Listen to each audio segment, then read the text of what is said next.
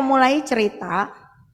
Jadi ini ceritanya harus disimak baru ngerti, ya. Jadi ini ceritanya, kejadiannya ini dari tahun 1620. Sudah ada yang lahir di sini? Sudah ada yang lahir, ya. Nah, cerita ini dimulai pada musim gugur tahun 1621. Pada saat itu ada para peziarah dan orang India yang mau datang ke Amerika, dan kurang lebih mereka sudah ada di sana hampir 1 tahun, tapi sudah banyak yang meninggal karena sakit dan juga kelaparan. Nah, kita berhenti dulu di tahun 1620 itu. Kita 21 itu kita mundur pada tahun 1612. Ada seorang pedagang bernama Kapten Hunter. Dia ini jahat sekali. Dia datang ke pantai Massachusetts dan berdagang dengan orang Indian.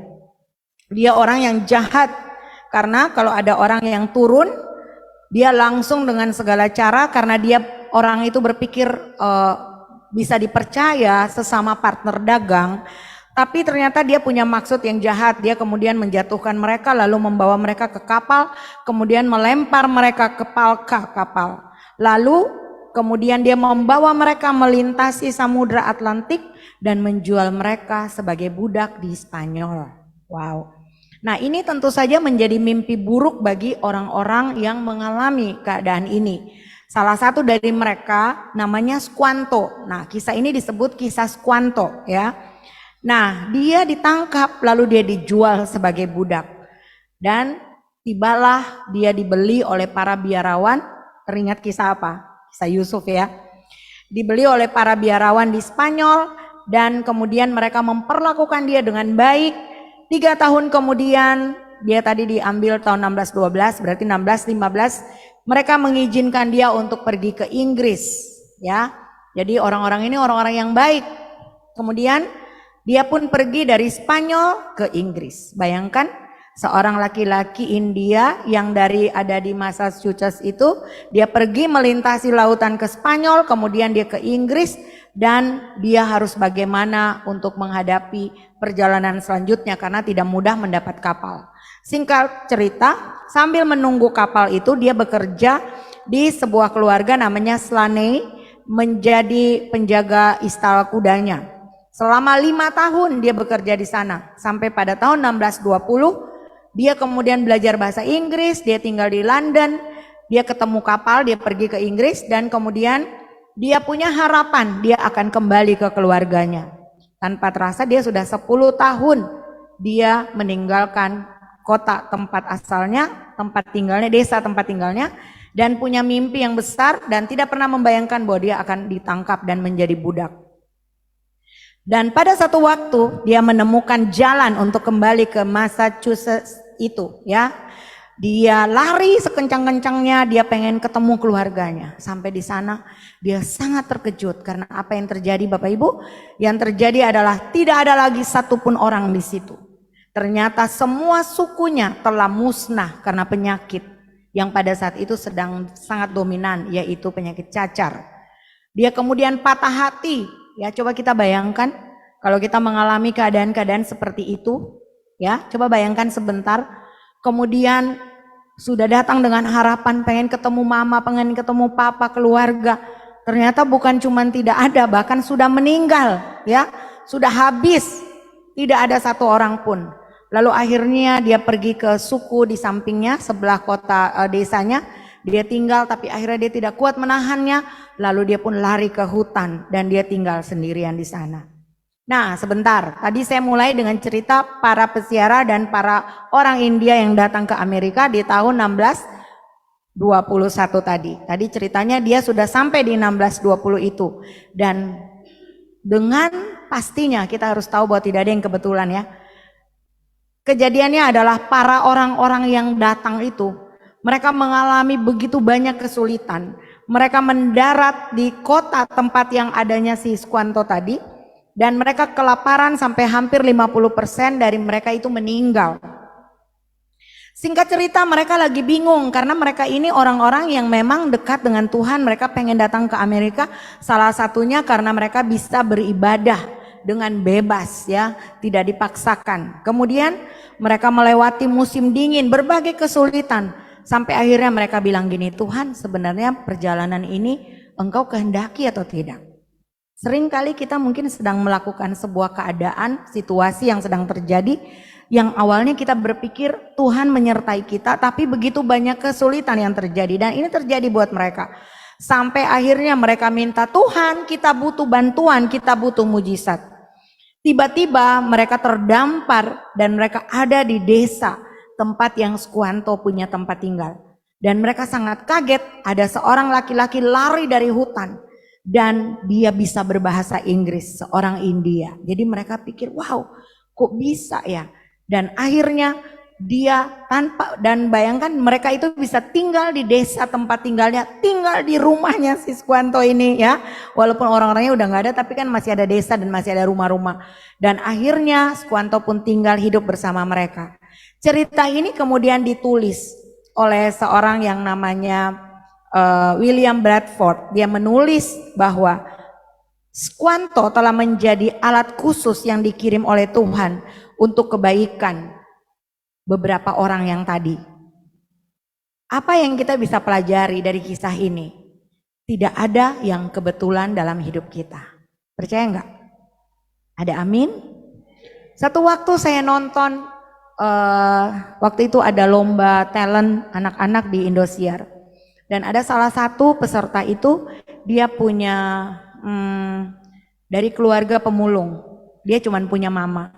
Dan singkat cerita anak itu sudah masuk di level-level yang baik. Dan pada satu waktu walaupun mamanya, anaknya sudah ada di situ, mamanya masih tetap jalan sambil bawa itu. Lalu tiba-tiba mamanya itu lihat di televisi restoran, ada rumah makan gitu. Terus ada anaknya yang lagi nyanyi. Terus Roh Kudus bilang buat mamanya, aku buat acara itu untuk mempromosi anakmu. Kadang-kadang kita nggak sadar ya. Tapi ada cerita Tuhan dari semua peristiwa hidup kita. Yang mengerti katakan amin. Kalau kita ada di sebuah kondisi, sebuah keadaan, bahkan ada di Christ Kingdom Family, bahkan ada di duduk di saat ini menyaksikan melalui semua medsos yang ada.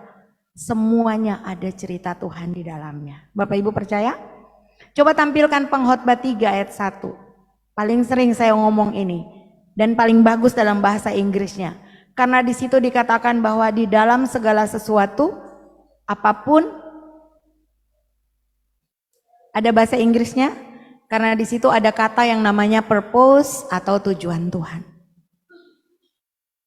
Tidak ada yang kebetulan, semua ada dalam cerita Tuhan. Persoalannya kita kadang-kadang tidak siap ketika cerita yang datang menghampiri adalah cerita yang menyedihkan. Adalah cerita yang menyakitkan. Putus cinta, apa cerita Tuhan? Menyakitkan. Ada di sini yang udah pernah rasa putus cinta? Nanti ada yang jawab, boro-boro putus. Pernah ada aja nggak ada. Wow, itu berarti Anda calon santo di sini. Ya. Ada banyak cerita. Kadang-kadang kalau ngomong begini kayaknya gampang, tapi coba merenung sebentar. Tiba-tiba Anda pulang, nggak ada orang yang kenal di jalanan, Anda ditonjok. Bisa nggak Anda berpikir, ada tujuan Tuhan lewat tonjokannya dia? Atau Anda tonjok dia balas? Ya. Waktu Anda jalan, Anda ketemu uang 100.000. Wow, puji Tuhan. Kok tahu ya kalau aku lagi nggak ada uang? Tapi kalau keadaan itu terjadi, Anda punya uang cuma satu-satunya 100.000 dan Anda jalan, uang itu jatuh. Bisakah Anda bilang, wow, terima kasih. Karena 100.000-nya bisa memberkati orang lain. Ada amin? Atau cuma senang kalau wow, aku pas. Nggak ada, pas ada. Atau pas ada, pas hilang. Tapi tetap bisa mengucap syukur. Kalau dipikirkan, nggak semua orang loh bisa begitu. Nggak semua orang bisa bilang, terima kasih Tuhan Yesus, karena aku baru saja kehilangan uang. Tapi saya pernah lakukan itu beberapa tahun lalu. Saya punya uang setoran kredit motor waktu masih di Jakarta. Dan itu baru pertama kali motor mulai ada kredit-kredit begitu. Saya ambil karena saya waktu itu usaha konveksi.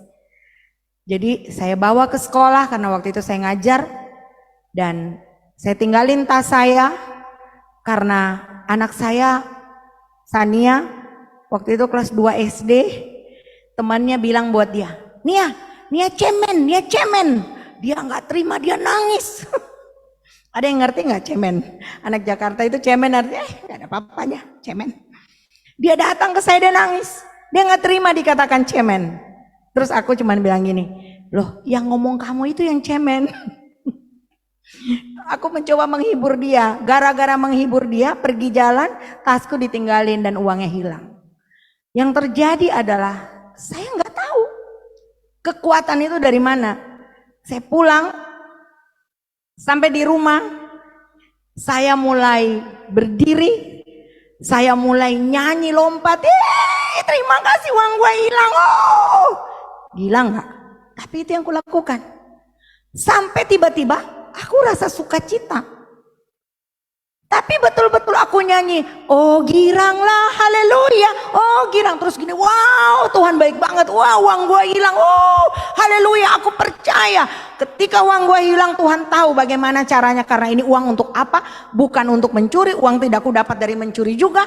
Tapi aku percaya dan aku sorak-sorai, aku lompat-lompat. Padahal waktu itu cukup takut juga ya, karena kalau tidak bisa bayar, motor diambil jalanan dan sebagainya. Dan saya ingat peristiwanya, besoknya saya pergi ke kantornya. Dan saya ngomong, Pak uang saya hilang.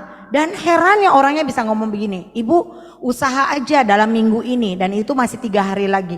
Usahakan dalam minggu ini Ibu bisa selesaikan supaya nggak kena denda dan tidak akhirnya nanti ditarik motornya. Dan saya bilang oke Pak, terima kasih, saya balik. Udah ada jalan keluar belum? Belum. Tapi motor bagaimana? Ya masih ada, masalahnya tetap masih ada di situ. Tapi yang terjadi adalah beberapa waktu kemudian terjadilah yang namanya mujizat Tuhan. Ada saja rezeki, karena saya punya konveksi, ada yang pesan horden dan akhirnya saya punya uang dan akhirnya saya bisa bayar motor. Wow, ya. Tapi gini loh. Kita mau melihat reaksi orang itu akan menentukan dia punya kedudukan posisi hati itu sampai di mana. Enggak selalu juga, ada juga kisah ketika saya merugi, saya juga sedih, saya nggak lompat-lompat juga.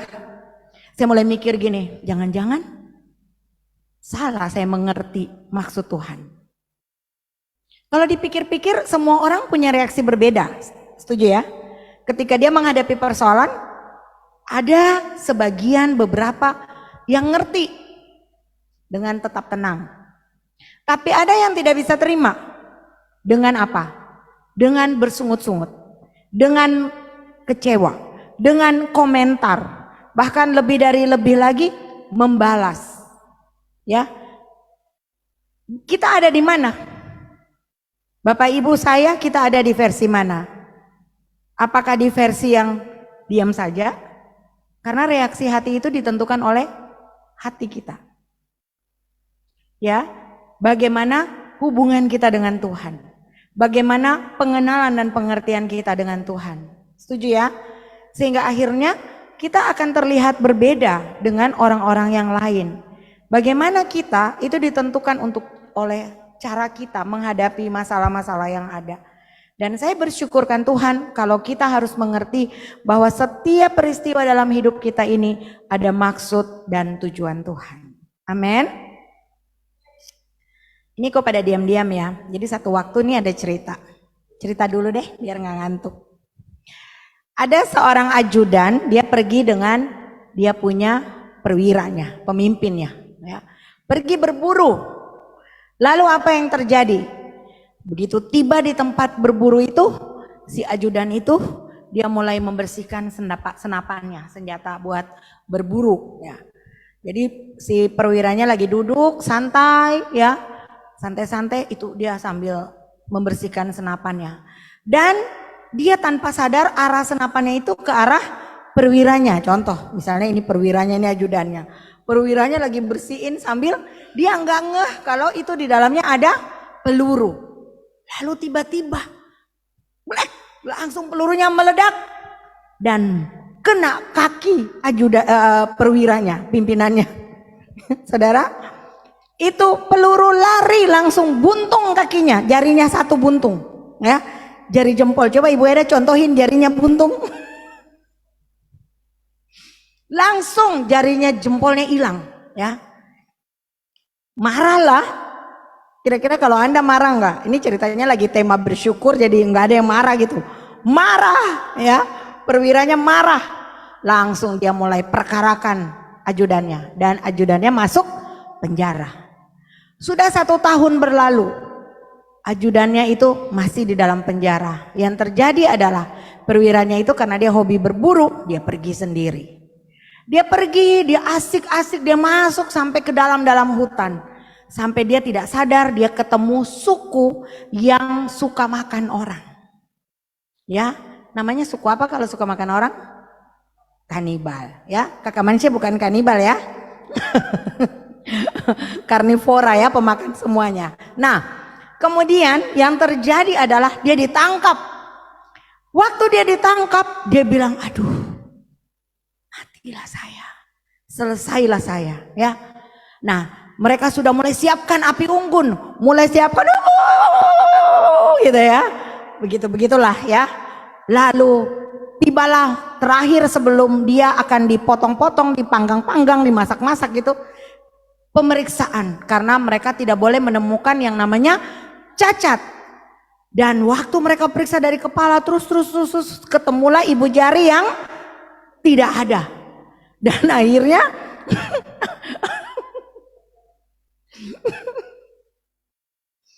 saya padahal dari tadi saya sudah cerita ini berkali-kali supaya saya nggak rasa ketawa gitu, tapi tetap masih ketawa. Dan akhirnya yang terjadi adalah dia tidak jadi dimakan karena dianggap cacat, dan itu akan membawa hukuman dari dewa buat semua yang makan, seperti kutukan. Lalu dia dibebaskan. Waktu dia dibebaskan, dia langsung bilang, wow, saya bisa bebas karena siapa? Karena ajudan itu. Karena ajudan itu yang buat saya bebas. Ajudan itu yang membuat jari saya putus. Wow, saya harus berterima kasih sama ajudan ini. Dia lari, dia balik, dia langsung panggil, dia pergi, dia bilang, saya minta maaf, 1 tahun saya sudah meninggalkan kamu di dalam penjara, saya mau minta maaf. Lalu dia cerita, karena kamu saya bisa selamat, lalu saya akan bebaskan kamu. Lalu ajudan bilang, tidak Pak, tidak apa-apa Pak, jangan Pak, saya tidak mau Pak. Karena kalau seandainya Bapak, saya justru yang harus berterima kasih sama Bapak. Kalau saya tidak Bapak jebloskan ke penjara, Bapak akan ajak saya berburu. Dan kalau berburu saya diperiksa, pasti saya yang dibunuh karena saya tidak cacat. Jadi tidak apa-apa Pak, Bapak tetap begitu, saya tetap di sini. Ngerti nggak? Jangan ketawa aja. Ngerti nggak maksudnya cerita ini? Ya, ada banyak hal baik lewat kejadian-kejadian buruk, tapi yang pasti tidak ada yang ditujukan Tuhan untuk menghancurkan. Kita harus tetap bisa melihat ada pelangi, ada hal baik, ada apa? Buah-buahan apa? Kebun buah di padang gurun. Amin. Setuju nggak? Jadi kita nggak bisa segera langsung marah-marah. Nah, kata bersyukur, sore malam ini saya ingin bicara, tema besarnya adalah mujizat dalam bersyukur. Kata bersyukur dalam bahasa Yunani adalah eukaristeo, ya, eukaristeo, yang berarti to be grateful atau feel thankful atau give thanks, jadi berterima kasih. Nah, ucapan syukur bukan sekedar kata-kata, tapi berasal dari hati. Bilang, berasal dari hati. Tunjuk hatinya. Ya, berasal dari hati, bukan cuman klise, basa-basi, ya, bukan dari mulut, tapi berasal dari hati, lahir dari kesadaran rohani akan kebaikan Allah dalam hidup kita. Kata bersyukur di dalam Alkitab ditulis sebanyak 59 kali, sedangkan kata syukur ditulis sebanyak 126 kali. Kalau keadaan kita baik-baik saja, tadi saya sudah ngomong, sangat mudah untuk kita bersyukur. Tapi ketika keadaan kita tidak sesuai dengan harapan, apa kita masih tetap dapat bersyukur? Alkitab menulis di dalam Efesus 5 ayat 20, tolong ditampilkan.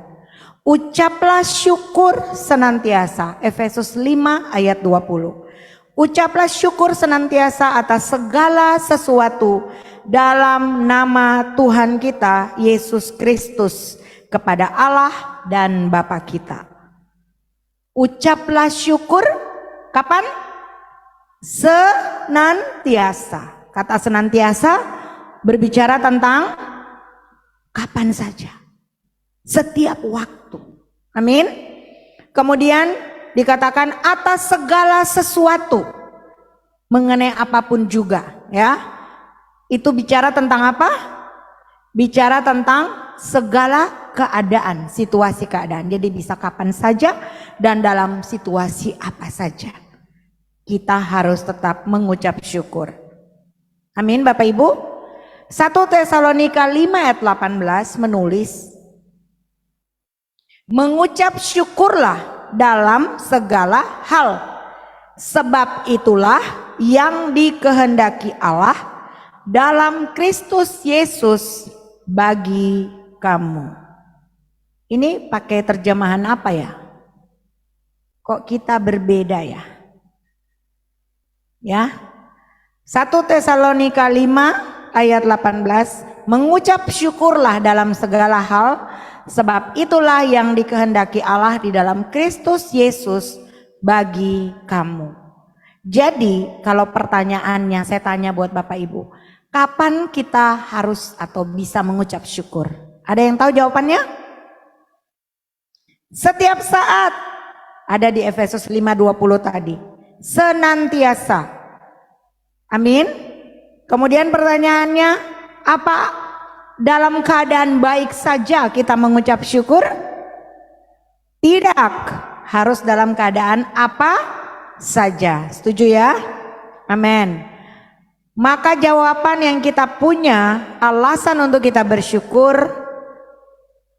ada di dalam Roma 8 ayat 28. Allah turut bekerja dalam segala keadaan, situasi, segala hal, segala sesuatu untuk mendatangkan kebaikan bagi kita. Nah, pertanyaannya, mengapa kita harus bersyukur? Pertama, karena itu yang dikehendaki Allah bagi kita. Di mana tulisnya?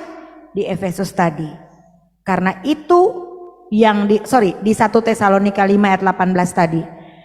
Karena itu yang dikehendaki Allah bagi kita. Nah, kalau Allah yang menghendaki, boleh bikin atau tidak, atau harus buat? Harus kan? Berarti kita harus dan wajib mengucap syukur. Kita sedang bicara tentang sesuatu yang wajib, bukan pilihan. Jadi tidak ada pilihan di sini. Harus, wajib hukumnya mengucap syukur. Karena itu yang dikehendaki Allah bagi kita. Nah, alasan yang kedua mengapa kita harus mengucap syukur, karena tadi Roma 8 ayat 28, Allah turut bekerja. Jadi apapun itu situasi kita, Allah turut bekerja untuk mendatangkan kebaikan bagi kita. Dan hal yang ketiga mengapa kita harus mengucap syukur, karena rancangan Tuhan adalah rancangan damai sejahtera. Yeremia 29 ayat 11. Rancangan Tuhan adalah rancangan yang terbaik bagi kita. Rancangan Tuhan adalah rancangan damai sejahtera dan bukan kecelakaan. Makanya apapun yang terjadi dengan kita, kita harus tetap mengucap syukur. Amin. Sekarang coba lihat diri masing-masing. Pegang rambutnya, pegang bajunya, badannya. Bersyukur nggak? Bersyukur. Ada yang nggak punya kaki, ada yang nggak punya tangan. Ada cerita yang paling bagus tuh yang film yang dia menangis minta orang tuanya supaya bisa dibeliin sepatu karena orang tuanya nggak mampu, dia cuman punya bisanya sendal, kadang-kadang nyeker. Sampai suatu waktu dia melihat ada seorang perempuan cantik duduk selalu, kaca mobil buka, mobil bagus, cuman lihat sebentar. Dia punya rasa iri yang sangat luar biasa sama cewek itu. Wow, seandainya aku bisa seperti itu.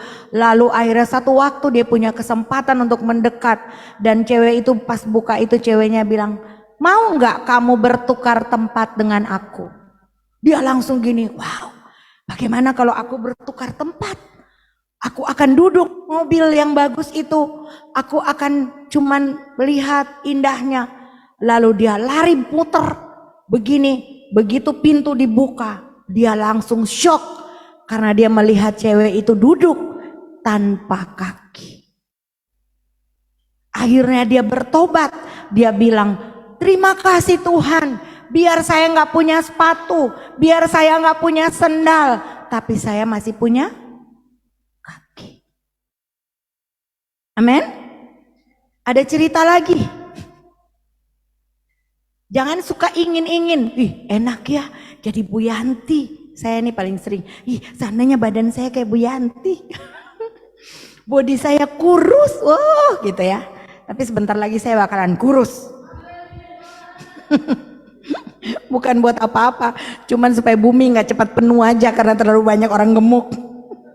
Kayaknya ini banget ya.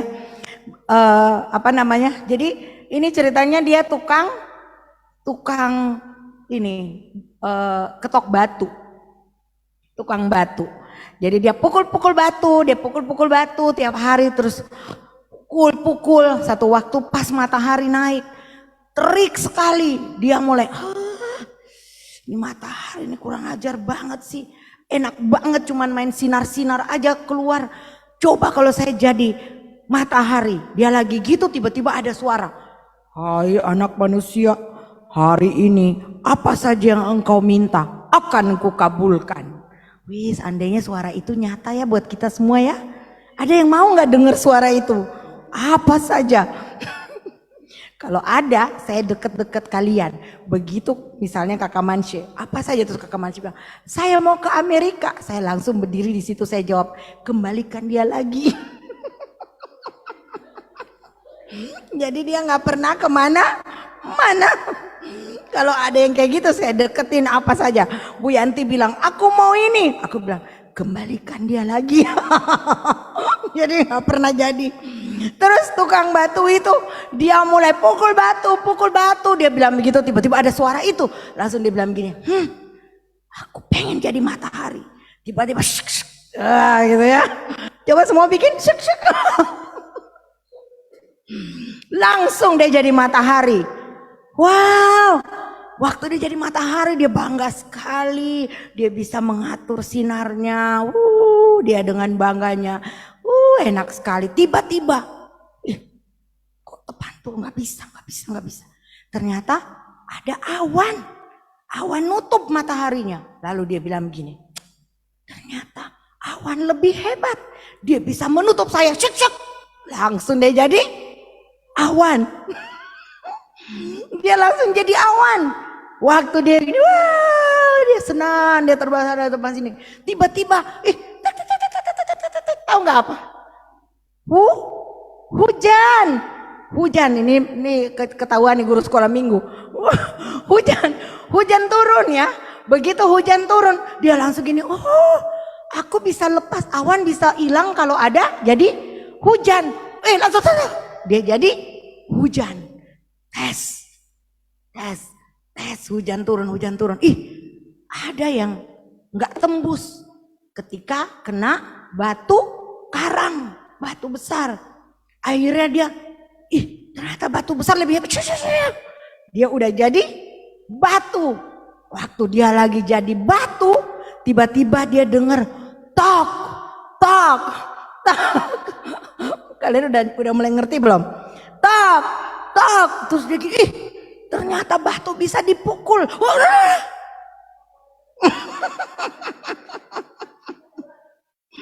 Dia kembali jadi tukang batu. Kadang-kadang kita tuh kalau lihat, wih, seandainya aku jadi Kevin, ngapain ya kalau jadi Kevin? Ya, atau seandainya saya jadi Andre, saya tidak butuh tangga di rumah. Karena badan saya tinggi. Ya, mulai. Tapi semua ada plus dan minus. Dan di dalam plus dan minus itu Tuhan menyuruh kita, karena ini tidak menjadi pilihan, tapi hendaklah sesuatu yang harus, yaitu apa? Bersyukur. Hari ini lagi bokeh, gaji udah nggak ada, harus apa? Hari ini lagi sakit, agak-agak pilek gitu, lagi nggak enak-enak gitu perut gitu, harus apa? Hari ini tadi orang marah-marah, kontrakan belum dibayar, uang kos belum dibayar, harus apa? Tadi datang terlambat diomelin, harus apa? Wow, kayaknya anak-anak CKF ini siap untuk diangkat. Haleluya ya. Apapun, mungkin kita ngomong ini kita ketawa-tawa, ngomong ini kita seperti, tapi biarlah ini masuk, karena kalian punya kehidupan ke depan. Kalian akan menghadapi banyak masalah-masalah kehidupan, tapi tetap ingat bahwa ada siapa? Ada Tuhan. Ternyata orang bisa tetap bersyukur. Alasannya yang pertama, karena dia sangat mengenal Bapaknya. Amin. Dia mengenal Bapaknya. Itu ada di mana? Kita bisa lihat salah satu contoh yang menjadi contoh, yaitu di dalam Mazmur 9 ayat 10. Orang yang mengenal namamu percaya kepadamu, sebab tidak kau tinggalkan orang yang mencari engkau. Ayub juga mengatakan, bukan dari orang kata orang, tapi aku sendiri yang mengalaminya. Ada keadaan-keadaan yang tidak menyenangkan, tetapi itu justru akan membuat kita mengenal siapa pencipta kita. Ada banyak janji di dalam firman-Nya bahwa aku sekali-kali tidak akan meninggalkan engkau. Amin. Aku sekali-kali tidak akan membiarkan engkau. Wow. Mari lihat keadaan kita. Coba mulai renungkan. Sekian puluh tahun usia kita. Bayangkan kalau ada hari-hari yang Tuhan gak tolong kita. Kita udah jadi apa? Artinya pasti semua kita punya kisah hidup. Bahwa selalu ada pertolongan Tuhan. Setuju? Amin Bapak Ibu. Pasti Tuhan akan menolong dan tidak pernah terlambat. Hal yang kedua yang membuat kita akan selalu bisa bersyukur adalah tanda seseorang sudah dewasa. Hanya anak kecil waktu nggak dikasih permen. Hanya anak kecil yang langsung, ada lagunya sekarang. Tiba-tiba aku bersenang, kan mulainya.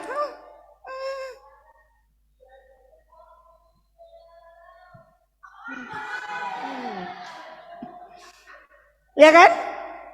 Sekarang lagi tren kan, mulainya, aku kesel. Tiba-tiba, hanya anak-anak kecil, hanya anak-anak yang belum dewasa yang ngambek waktu apa yang diinginkan tidak dapat. Amin. Contoh nabi-nabi yang ada di Alkitab, semua nabi-nabi yang luar biasa, ya. 1 Korintus 3 ayat 2. Susulah yang kuberikan kepadamu, bukanlah makanan keras, sebab kamu belum dapat menerimanya, dan sekarang pun kamu belum dapat menerimanya. Tapi buat kita, sekarang kita sudah dapat menerimanya. Amin. Siap untuk makanan keras? Iya dong, siap dong. Mempelai Kristus gak mungkin Tuhan kawin sama anak-anak kecil. Gak mungkin Tuhan kawin sama, nanti bisa dilaporin perlindungan anak. Tuhan pasti kawin dengan wanita dewasa. yang sudah mature, yang sudah bisa layak untuk menjadi pengantin Tuhan. Hanya orang-orang yang dewasa. Amin. Dan yang ketiga, orang bisa bersyukur karena dia sangat mempercayai Tuhan. Percaya berbeda dari mempercayai. Setuju? Percaya berbeda dari mempercayai. Contoh, kita sudah sering dengar cerita. Ada sirkus, lalu ada jalan di tali, lalu bapaknya jalan, keseimbangan, kadang-kadang pakai main-main begitu ya, gitu-begitu. Lalu tiba-tiba dia bilang, ada di sini penonton yang mau naik, ikut saya. Semua diam. Percaya kalian bisa naik tidak jatuh? Percaya. Ada yang mau naik?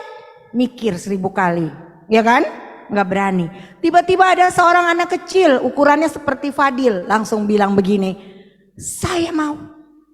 Langsung diajak, ayo naik. Iya naik, jalan gini. Wow, orang bertanya, dia berani sekali. Ternyata ditanya, kenapa kamu berani? Fadil jawab, karena itu adalah papa saya. Itu yang namanya mempercayai. Waktu kita masuk di dalam badai, apa yang harus kita lakukan? Tidur? Bisa tidur. Kenapa? Karena kita percaya Bapa kita berkuasa atas badai hidup. Setuju? Keadaan-keadaan yang tidak menyenangkan, apa yang harus kita lakukan? Berdoa dan bersyukur. Karena ada tujuan Tuhan. Mulai cek begini, Tuhan ini maksudnya apa ya? Tuhan kasih aku izin ini lewat dalam hidupku, maksudnya apa? Saya kalau ada orang yang sampai minta tolong pun saya suka tanya gini, Tuhan maunya apa dengan saya? Saya mesti apa dengan peristiwa ini? Karena nggak ada yang kebetulan. Rambut lepas pun tidak ada yang kebetulan, Tuhan hitung.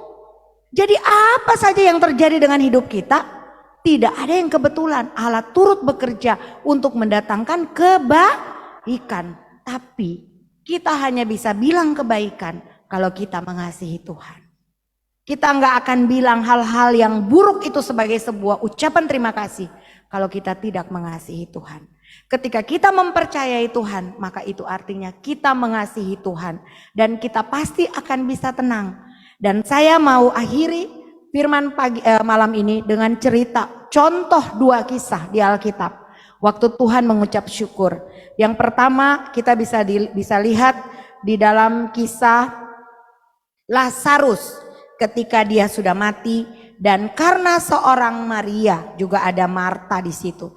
Tapi Maria yang membuat hati Tuhan masgul, yang membuat akhirnya Tuhan itu datang. Ada di dalam Yohanes 11. Coba lihat dengan cepat. Yohanes 11, di situ cerita tentang Lazarus yang dibangkitkan.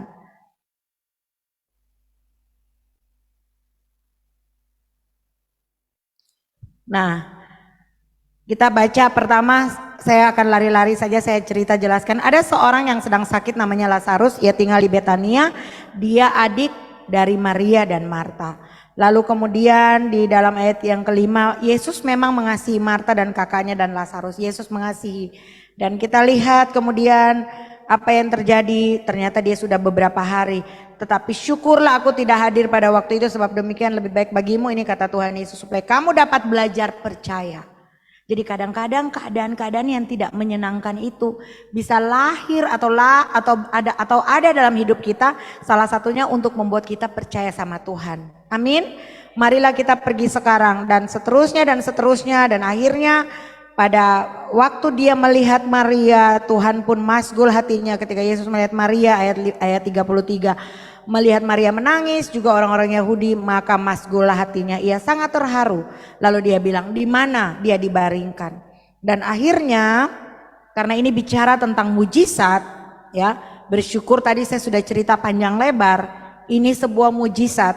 Maka mereka mengangkat batu itu, lalu Yesus menengadah ke atas dan berkata, ayat 41, Bapa, aku mengucap syukur kepadamu, karena engkau telah mendengarkan aku. Aku tahu engkau selalu mendengarkan aku, dan seterusnya dan seterusnya.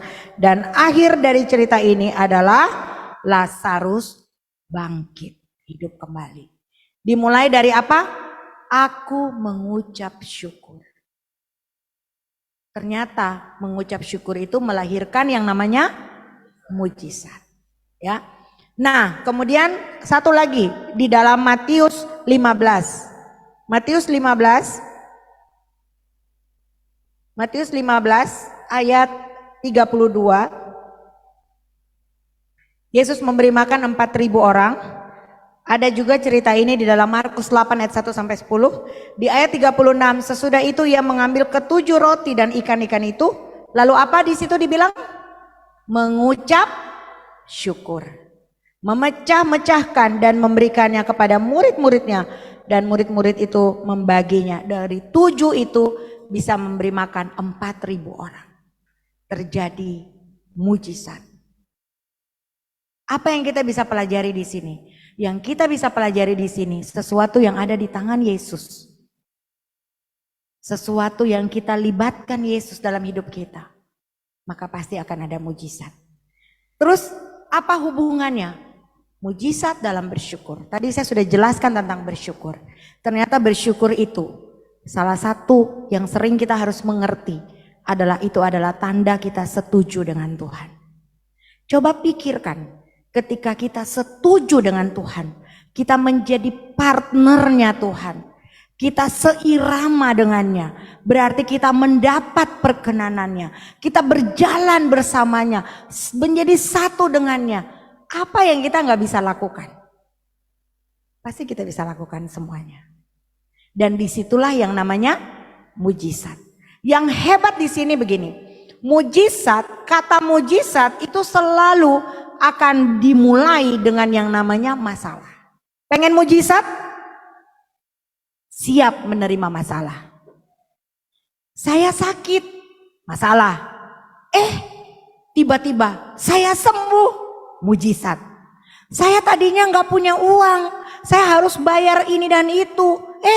Tiba-tiba ada yang kasih saya uang, mujizat. Selalu ada masalah. Jadi kalau mau mujizat harus ada. Anda yang bilang ya, Anda benar mau masalah. Ya.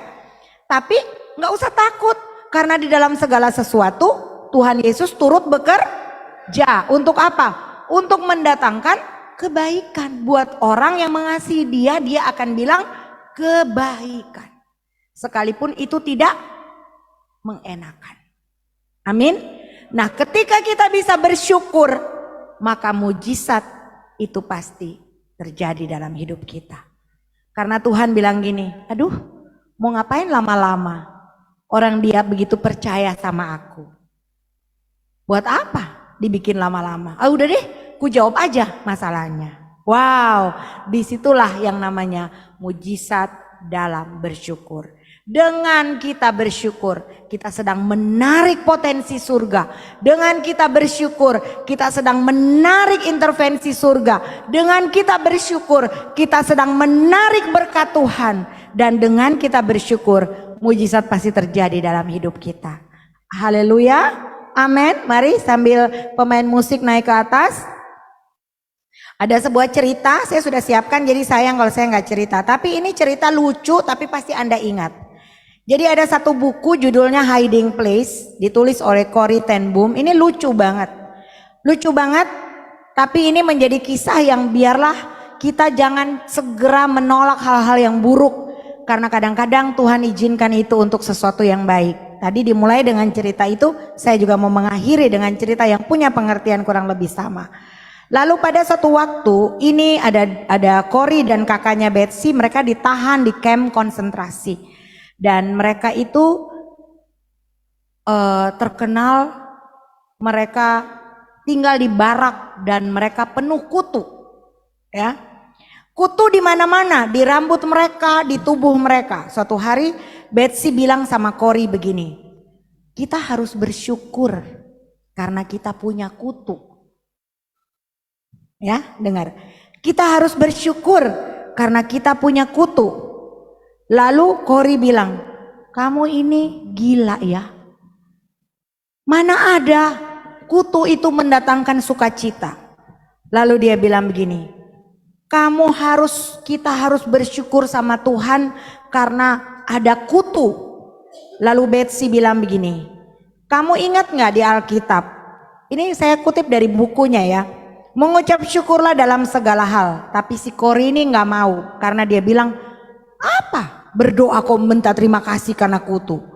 Tapi setelah lama, setelah kejadian itu, lalu Kori dan Betsy ini akhirnya dia mendapat kesempatan untuk menemui perempuan lain di barak. Dengan maksud mereka mau sharing firman.